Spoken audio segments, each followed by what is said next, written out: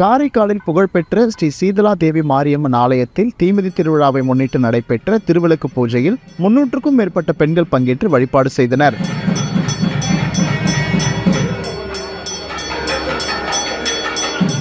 புதுவை மாநிலம் காரைக்காலில் கீழக்காசாக்குடி பகுதியில் அமைந்துள்ள பழமை வாய்ந்த ஸ்ரீ சீதலா தேவி மாரியம்மன் ஆலயத்தில் தீமிதி திருவிழாவை முன்னிட்டு திருவிளக்கு பூஜை சிறப்பாக நடைபெற்றது. இக்கோவிலில் தீமிதி திருவிழா கடந்த 11ஆம் தேதி கொடியேற்றத்துடன் தொடங்கிய நிலையில் வருகின்ற 22ஆம் தேதி தீமிதி திருவிழா நடைபெற உள்ளது. இதனை அடுத்து சுவாமிக்கு தினமும் சிறப்பு அபிஷேகமும் ஆராதனைகளும் நடைபெற்று வரும் நிலையில் அதன் ஒரு பகுதியாக திருவிளக்கு பூஜையில் 300க்கும் மேற்பட்ட பெண்கள் கலந்து கொண்டு குத்துவிளக்கை அம்மனாக பாவித்து சிறப்பு பூஜைகள் செய்து வழிபட்டனர்.